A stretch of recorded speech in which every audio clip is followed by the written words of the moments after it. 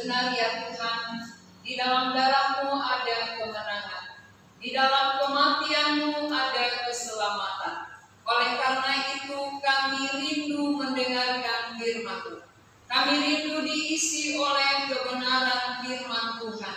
Mengawali tahun yang baru, kami mau membuka hati di hadapan-Mu, membuka pikiran kami, supaya kami mengerti apa harapan ke depan, apa tujuan yang ingin kami capai di tengah-tengah kehidupan yang singkat ini, supaya tujuan Allah boleh tercapai di dalam kehidupan kami. Kami bersyukur untuk hari ini. Kami dapat beribadah bersama-sama dengan jemaat-Mu, bersama menaikkan pujian ke hadapan-Mu, mempersiapkan diri diisi oleh firman Tuhan. Biarlah kuasa Roh-Mu yang kudus bekerja dengan leluasa untuk memberkati kami, menolong kami, memampukan kami, supaya kami mengerti dengan benar. Karena lewat pengertian akan firman-Mu muncul iman kepadamu. Kami serahkan pemberitaan firman ini, biarlah jadi seperti yang Tuhan harapkan. Dalam nama Tuhan Yesus kami berdoa. Amin. Jemaat dipersilakan duduk kembali. Mari kita membaca dari Injil Markus pasal yang ketiga, ayat 20 sampai 30. Injil Markus 3 ayat 20 sampai 30 kita akan baca dalam bentuk responsorial. Saya akan baca ayat genap, kita semua baca ayat ganjil. Kemudian Yesus masuk ke sebuah rumah, maka datanglah orang banyak berkerumun pula, sehingga makan pun mereka tidak dapat. Waktu tahu kepadanya tentang hal itu, mereka datang hendak mengambil Dia, sebab kata mereka Dia tidak waras lagi.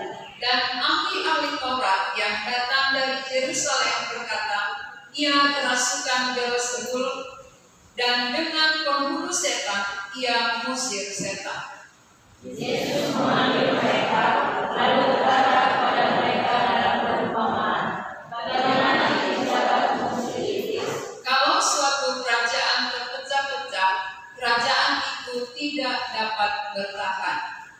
Dan jika suatu rumah tangga terpecah-pecah, rumah tangga itu tidak dapat bertahan. Demikianlah juga, kalau iblis berontak melawan dirinya sendiri, dan kalau ia terbagi-bagi, ia tidak dapat bertahan, melainkan sudahlah tiba kesudahannya.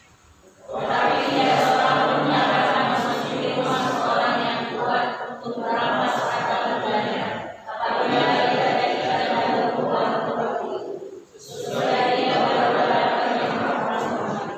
Aku berkata kepadamu, sesungguhnya semua dosa dan hujat anak-anak manusia akan diampuni, ya, semua hujat yang mereka ucapkan. Tetapi apabila seorang menghujat Roh Kudus, ia tidak dapat ampun selama-lamanya, melainkan bersalah akan berbuat dosa tetap. Ia berkata demikian karena mereka katakan bahwa ia kerasukan roh jahat. Tema khotbah kita hari ini, kuasa Yesus. Kuasa Yesus. Di tengah-tengah kehidupan ini, sering sekali kita mengandalkan kuasa. Apakah itu kuasa dari penguasa? Apakah itu kuasa daripada orang penting? Apakah itu kuasa dari orang yang berpengaruh? Itu artinya bahwa setiap manusia membutuhkan kuasa di dalam kehidupannya, membutuhkan kuasa untuk menolong dia. Tidak ada manusia yang tidak membutuhkan kuasa. Maka hari ini kita mengerti bahwa di tengah-tengah bumi ada dua kuasa yang paling besar yang bisa menguasai kehidupan manusia. Kuasa yang pertama adalah kuasa Allah. Itu tidak bisa dikalahkan oleh siapapun. Kuasa yang kedua adalah kuasa iblis.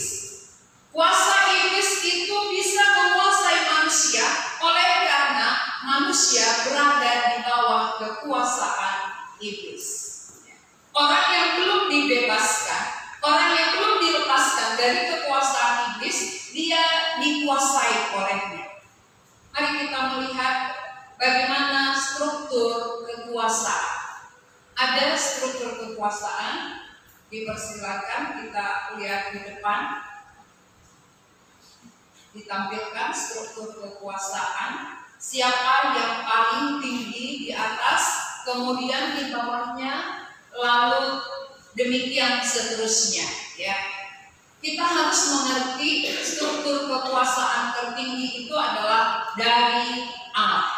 Tidak ada yang berkuasa melebihi Allah. Tidak ada yang lebih tinggi melebihi Allah, pencipta. Maka siapa yang tidak menghormati Allah, berarti dia melawan kuasa yang tertinggi. Kuasa Allah itu adalah di atas segalanya. Jadi siapa yang tidak menghormati Allah, dia melawan kuasa tertinggi. Kalau ada kuasa di dunia jaya, kuasa yang di bumi yang melawan kekuasaan yang tertinggi, dia akan mendapat akibatnya.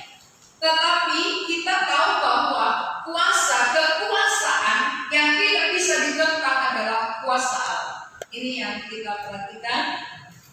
Struktur kekuasaan yang ada di bumi, yang paling tinggi adalah Allah. Allah kita, Allah Tritunggal, yang sering disebut Allah Bapa, kemudian Allah Anak, itulah Yesus Kristus, kemudian Allah Roh Kudus. Ketiganya ini adalah satu. Jadi Allah kita bukan tiga. Allah kita itu adalah satu, bukan tiga, tapi Tritunggal. Allah Bapa, Allah Anak, Allah Roh Kudus. Saudara-saudara, ketiga inilah yang paling tinggi. Allah ini yang paling tinggi dari segi kekuasaan. Tidak ada yang melampaui. Tidak ada yang melebihi daripada kuasa Allah. Kuasa apapun yang ada, yang kita tahu, yang kita kenal, tidak ada yang bisa melampaui dari kuasa Allah. Berarti kalau ini paling tinggi, saudara, ketika kita memiliki Dia, memiliki Allah yang paling tinggi kuasanya, maka kuasa itu ada pada kita. Kuasa Allah yang demikian pasti turun kepada kita. Nah, saudara-saudara, kita mengerti betapa pentingnya kekuasaan Allah ada pada diri kita. Kalau kuasa Allah belum ada pada kita, maka musuh itu yang kedua, malaikat. Malaikat ini diciptakan Allah untuk melayani Allah. Tetapi dari antara malaikat ini ada yang memberontak, maka dia menjadi malaikat gelap. Itulah iblis. Sepertiga dari jumlah malaikat ini memberontak kepada Allah, sehingga dia dilemparkan ke bumi. Dia menjadi malaikat gelap yang sering kita sebut dengan iblis atau setan. Iblis setan ini yang memberontak kepada Allah. Kalau dia memberontak kepada Allah, dia nggak berani. Saudara, setan yang memberontak kepada Allah ini nggak berani melawan Allah, maka ciptaannya yang dikuasai. Manusia ciptaan Allah itu yang dikuasai oleh iblis, oleh karena dia nggak berani melawan Allah. Dia memberontak waktu itu, dilemparkan ke bumi, jadilah dia malaikat gelap, jadilah dia menjadi setan, iblis yang tidak berani menentang Allah, maka manusia ciptaannya dikuasai oleh iblis. Saudara-saudara, di tengah-tengah malaikat pemberontak ada malaikat terang. Malaikat terang ini bekerja untuk melayani kita, melayani manusia. Bagaimana manusia bisa mengenal Allah penciptanya? Jadi dua malaikat ini beda tugasnya, beda fungsinya. Malaikat terang bekerja untuk melayani kita, malaikat gelap bekerja untuk menguasai kita, untuk membawa kita kepada kebinasaan. Jadi kenapa bisa? Sedangkan manusia adalah ciptaan Allah yang paling tinggi. Manusia adalah milik kepunyaan Allah. Mengapa iblis bisa menguasai manusia? Ini, manusia ada di bawah malaikat. Jadi kekuasaannya pertama Allah yang paling tinggi, baru malaikat yang kedua, ketiga adalah manusia, keempat adalah hewan, kelima adalah tumbuhan. Malaikat melayani Allah, itulah malaikat terang, dan melayani manusia supaya mengenal Allah. Sedangkan manusia bisa mengalahkan hewan. Hewan makan tumbuhan. Ini struktur. Struktur itu berarti dia menguasai. Malaikat ini, malaikat gelap menguasai manusia karena dia terpisah dari Allah penciptanya. Mengapa manusia dirasuk? Mengapa manusia ciptaan Allah, milik kepunyaan Allah, bisa dirasuk setan? Pikirannya dikuasai setan, hatinya digelapkan setan karena dia dibawa malaikat gelap. Dia dibawa malaikat yang melawan Tuhan, sehingga malaikat itu bisa menguasai dia, mengendalikan dia, merasuk dia, sehingga kehidupan kita demikian kacau. Mengapa pikiran kita sering sekali kacau? Karena setan mau menguasai, merasuk, mengendalikan. Lalu kita melihat bahwa malaikat ini yang menguasai manusia, ada yang percaya, ya. Malaikat itu ada yang, manusia ini yang di bawah malaikat, ada yang percaya kepada Allah, yang menerima Yesus Kristus, statusnya bukan lagi di bawah malaikat, tetapi dia naik ke atas menjadi anak-anak Allah.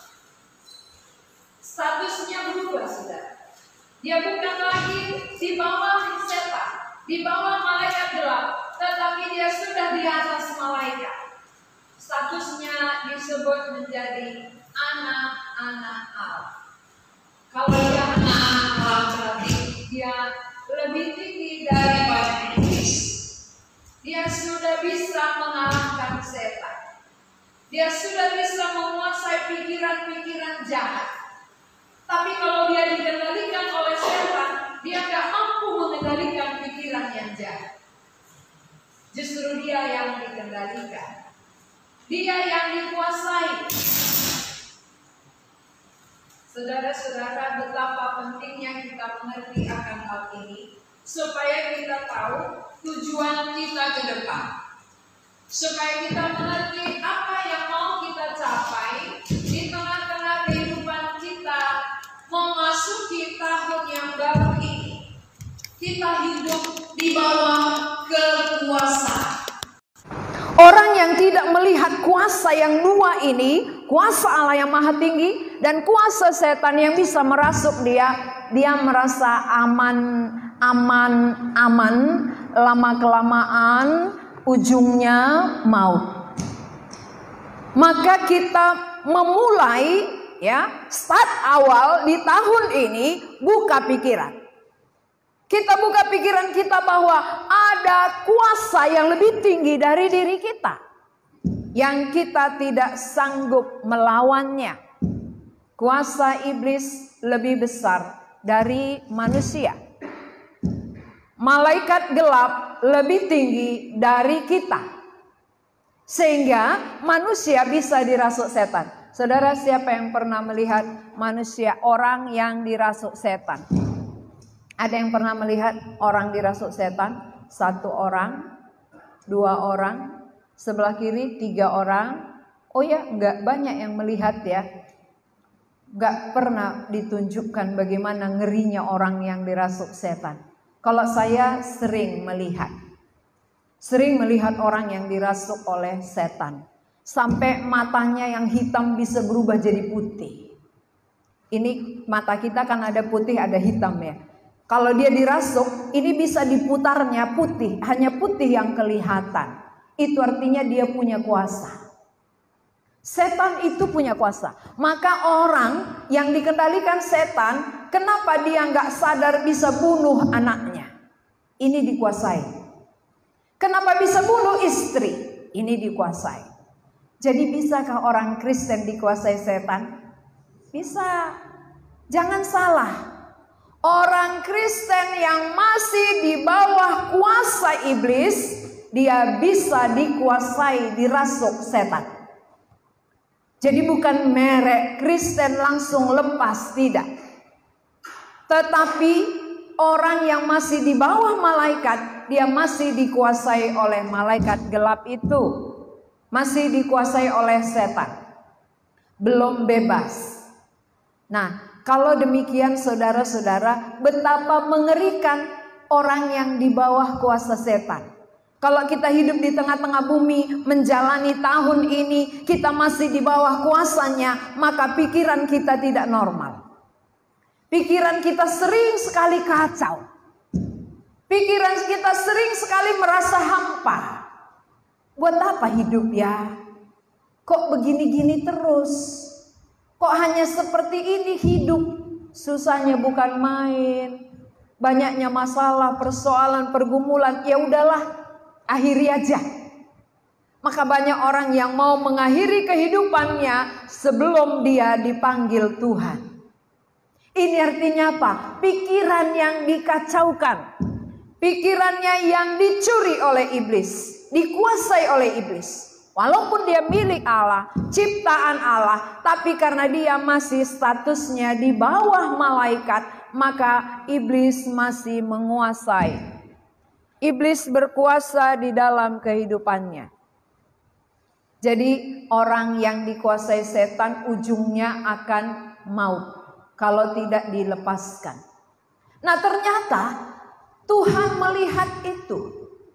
Allah yang jauh lebih tinggi dari semua kuasa yang ada melihat betapa menderitanya kita di bawah kekuasaan setan. Sehingga dia yang datang. Dia yang mau menolong. Dia yang mau melepaskan. Mengapa? Karena tidak ada yang mampu. Tidak ada kuasa yang lebih tinggi dari kuasa setan. Selain daripada Allah itu sendiri. Kalau ada kuasa yang lain yang bisa melepaskan kita, tidak perlu Allah turun dari sorga. Tapi karena tidak ada lagi kuasa yang mampu melepaskan, membebaskan kita dari ikatan, dari cengkeraman setan, maka Allah pemilik melihat hal itu. Allah pemilik mengasihi kita, memperhatikan, peduli kepada kita, maka dia turun dari sorga. Dan dia lepaskan orang yang dirasuk oleh setan tadi. Kenapa Yesus mampu melepaskan orang yang dirasuk? Karena dia yang paling berkuasa. Dia lebih tinggi dari setan. Dia lebih tinggi dari segala kuasa yang ada. Maka dia satu-satunya yang mampu melepaskan orang yang telah dibelenggu oleh iblis. Orang yang telah dirasuk oleh setan. Maka waktu ada orang kerasukan datang ke rumah ini, 8 orang laki-laki diangkatnya. 8 orang laki-laki yang punya tenaga kuat sekali bisa diangkatnya dengan ringan. Tapi begitu dia datang ke tempat ini, dia mau melawan waktu itu ya, waktu kami layani dia mau melawan, dia katakan, "Di mana kekuatanku? Kok hilang? Kok tenagaku tidak ada?" Karena yang dia lawan bukan kami, tapi Allah. Allah yang berkuasa itu ada. Itu yang berhadapan dengan dia. Dia tidak mampu. Dia tidak punya kuasa lagi. Sehingga dia kalah. setannya keluar dari orang yang dirasuknya itu seorang ibu. Keluar setan, lalu dia sadar, di mana aku sekarang? Di mana aku ini? Kok aku udah ada di gereja? Ya, lalu saya katakan, iya suamimu tadi bawa kamu ke sini. Kau kurang sehat. Mau makan? Ya, saya mau. Akhirnya dikasih makan, baru ada tenaga. Tadi waktu setan di dalam gak makan pun tenaganya luar biasa. Kekuatannya luar biasa. Karena bukan dari dirinya. Itu kekuatan setan yang menguasai dia. Memakai tubuhnya. Begitu setan keluar, tubuhnya menjadi layu. Tubuhnya menjadi lemas. Berarti seringkali saudara, kekuatan emosi kita membabi buta, itu bukan kita. Itu dikuasai namanya. Amarah kita meluap-luap, itu bukan kita, dikendalikan namanya.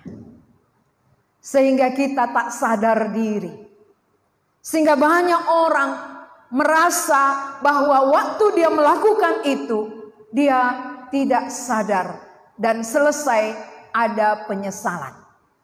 Ini bukti bahwa ada kuasa iblis yang bekerja di dalam diri kita, mengendalikan emosi kita, amarah kita, meluap-luap.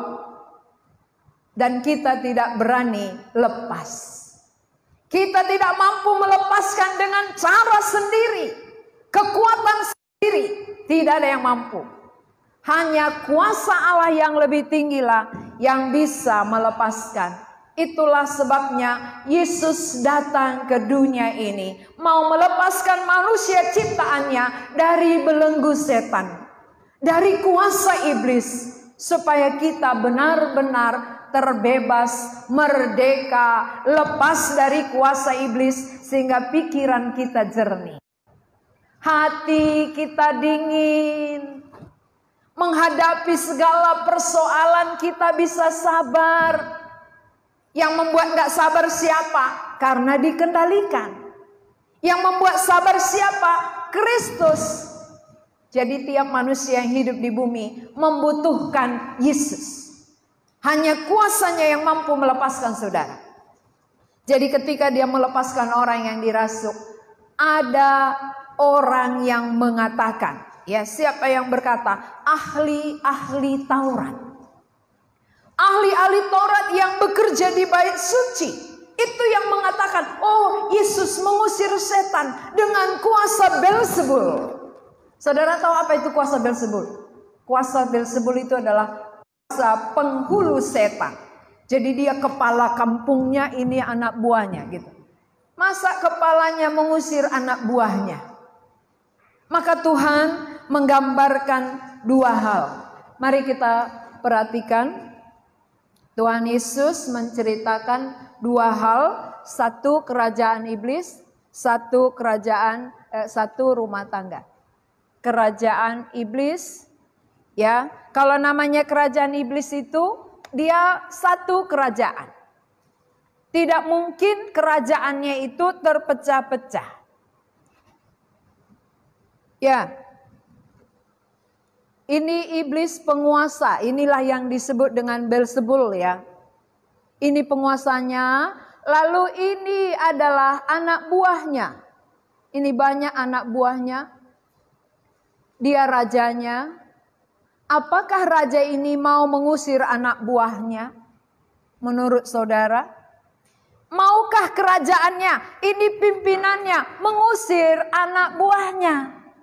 Kalau pimpinan mengusir anak buahnya, gak mungkin kerajaannya kuat. Gak mungkin kerajaannya bisa bertahan.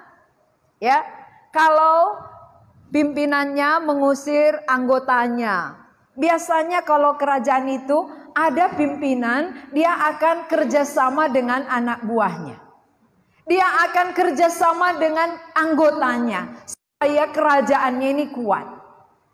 Tetapi ahli-ahli Taurat katakan, penghulu setan mengusir ya Beelzebul, kuasa Beelzebul, itulah penghulu setan. Dengan kuasa Beelzebul, dengan penghulu setan, Yesus mengusir setan. Jadi Tuhan Yesus jelaskan, kalau perlunya mengusir anggotanya, kerajaannya ini akan runtuh. Tidak mungkin kerajaannya kuat, kokoh, bertahan kalau mereka sesama pun perang-perangan. Itu tidak benar. Yaitu yang mau disampaikan oleh Tuhan Yesus. Tidak mungkin hal itu terjadi.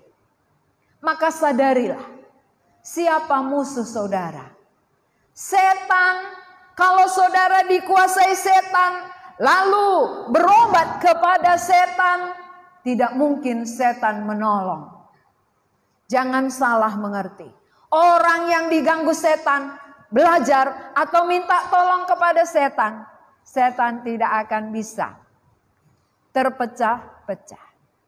Ya, jadi kalau demikian siapakah setan saudara? Itulah musuh kita.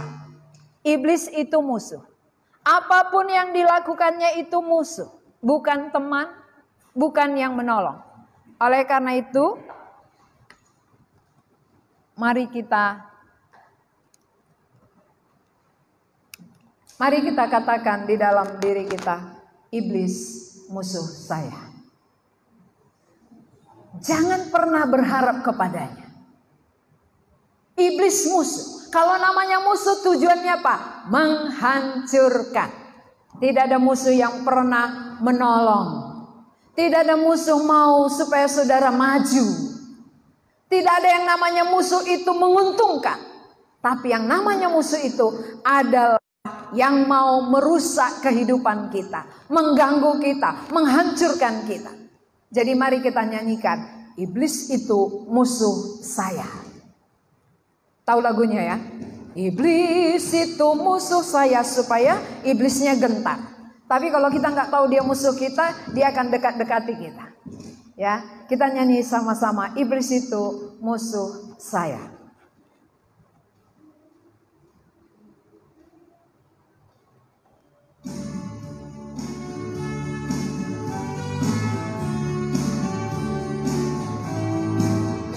Iblis itu musuh saya.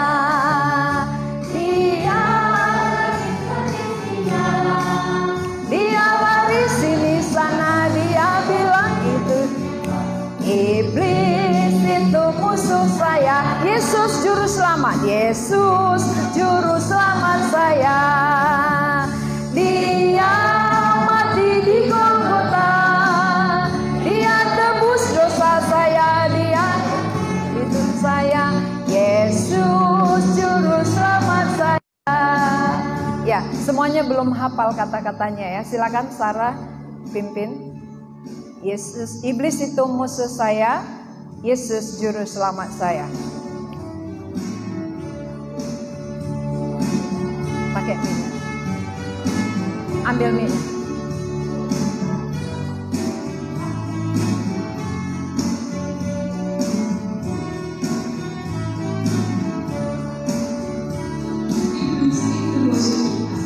Iblis itu musuh saya. Dia cerdik seperti singa. Dia bilang ini itu dia seni senang. Iblis itu musuh saya. Yesus juru selamat saya. Dia mati di Golgota, dengan darahnya yang kudus dia tebus dosa. Yesus juru selamat saya. Ya, terima kasih. Kalau kita sadar ada musuh, pasti kita tidak mau bersahabat dengan dia. Mengapa orang berlindung kepada iblis? Karena dia tidak tahu bahwa itu musuh. Kenapa setiap kali kita punya persoalan, punya masalah, kita datang kepada iblis, berlindung pada iblis, minta tolong kepada dia, karena kita tidak mengerti, tidak menyadari ini musuh yang akan menghancurkan kita.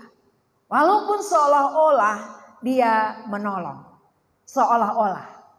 Saya kasih contoh. Ketika seorang pemancing memancing ikan, dia pasti bawa umpan. Umpan itu tujuannya bukan membuat ikannya kenyang, tetapi supaya ikannya dapat lalu dipotong. Kita pun demikian, kita dipancing oleh setan dengan banyak hal seolah-olah itu berguna bagi kita, padahal untuk menjerat kita supaya kita bisa dibawa kepada kebinasaan. Jadi jangan kena tipu.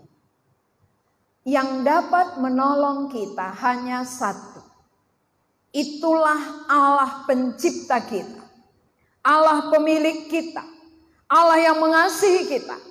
Dia datang dari surga. Dia rela mati, menyerahkan hidupnya untuk menebus kita. Membebaskan kita dari belenggu iblis. Maka Tuhan Yesus katakan, tidak mungkin setan terpecah-pecah. Tidak mungkin kerajaannya terpecah. Kalau satu kerajaan tidak kompak, kerajaan ini pasti runtuh.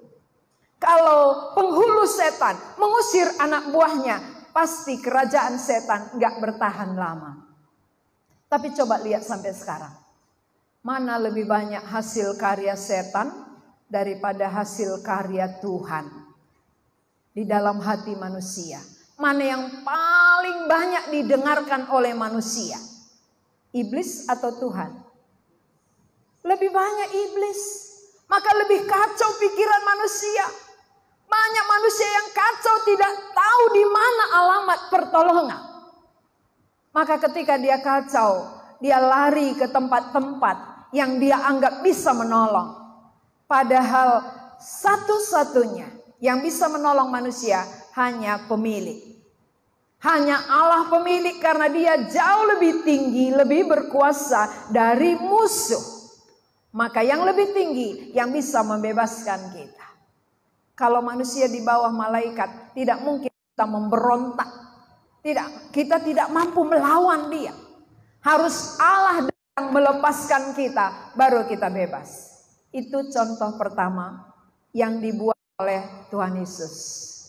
Setan ini rajanya, ini anggotanya, mereka satu kerajaan yang berkuasa di dalam hati kita, membuat Alkitab kita tertutup.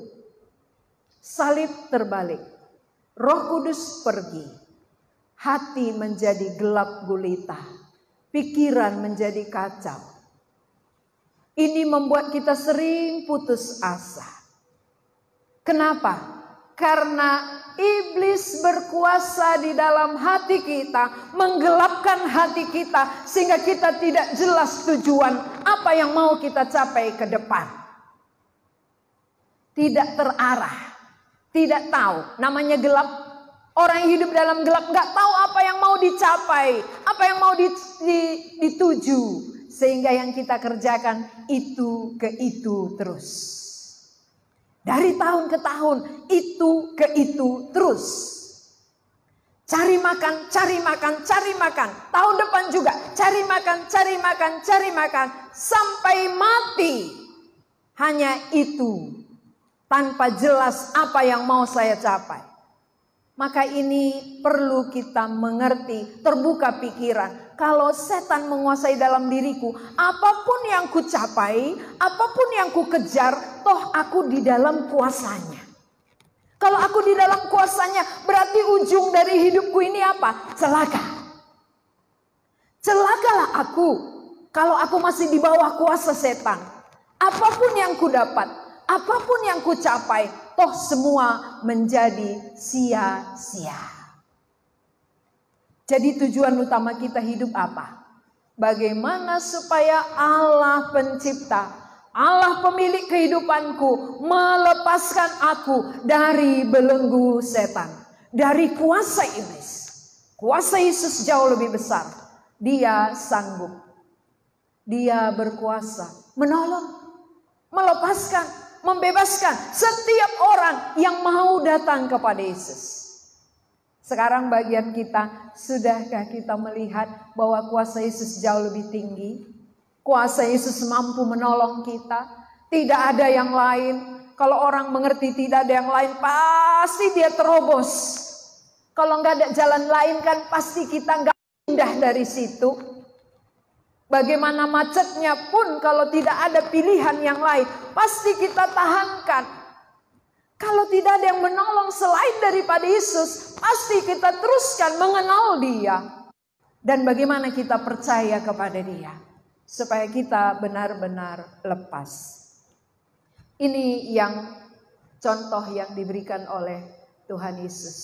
Sadar yang kedua, keluarga yang terpecah. Ini keluarga yang memiliki 2 orang anak. Tetapi kalau keluarga ini terpecah, lalu dia katakan, anak ini kita bagi 2. Setengah untukmu, setengah untukku. Bagaimana jadinya keluarga itu? Ini pernah terjadi, saudara.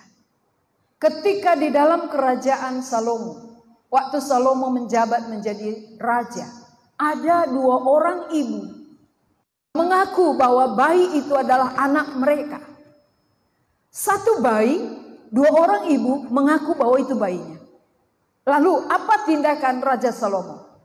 Raja Salomo diberi Tuhan hikmat untuk memutuskan.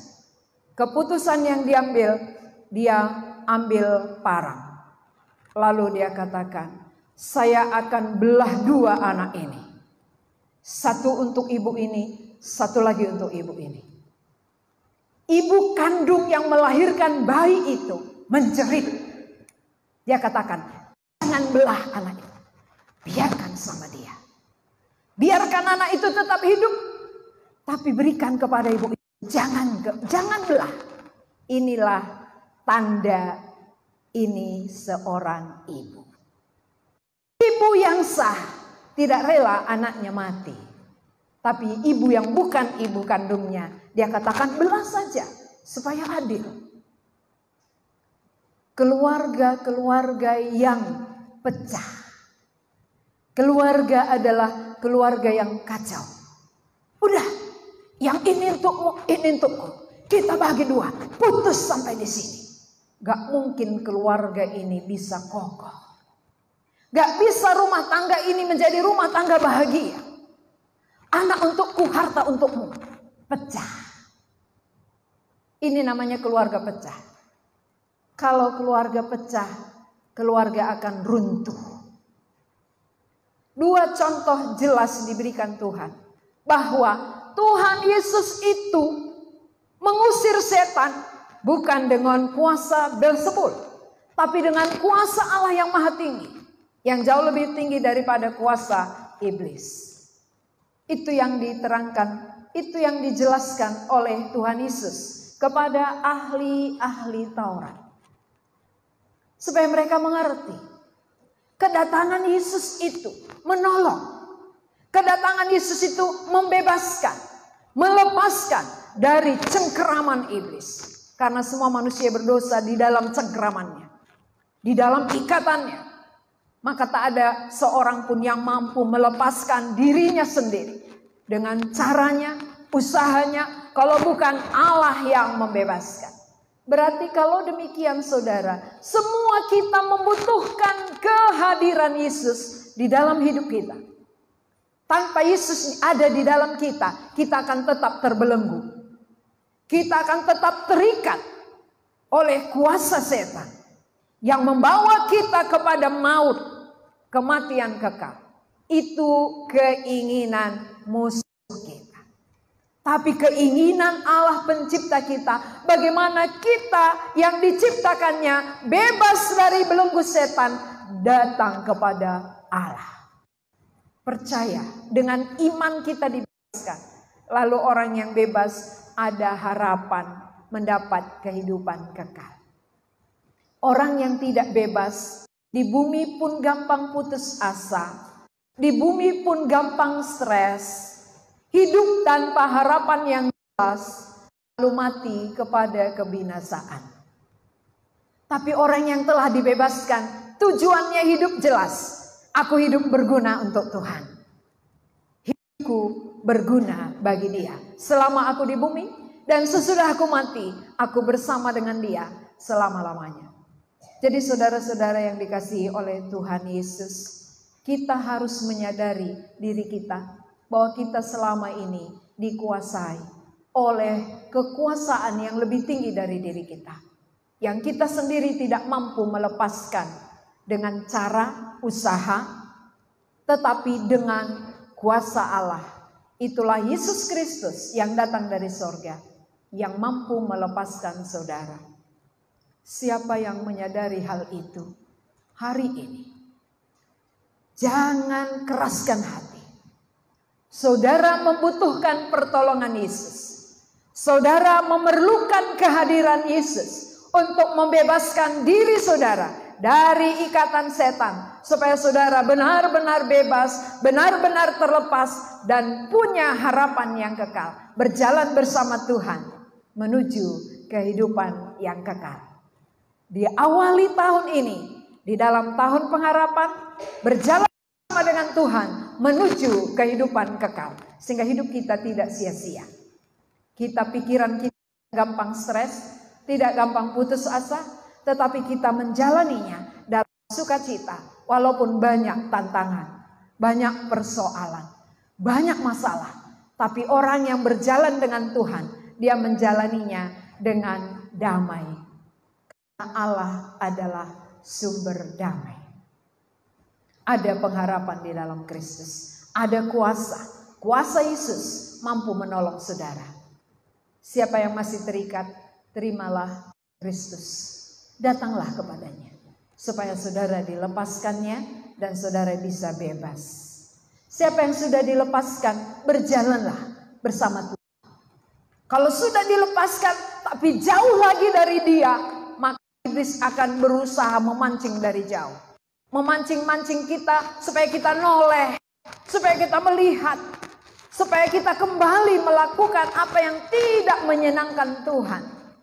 Mengapa orang percaya hidup kembali di dalam dosa? Karena dia tidak taat. Dia tidak menghargai kebebasan, kelepasan yang dilakukan oleh Tuhan. Sehingga pancingan-pancingan iblis datang.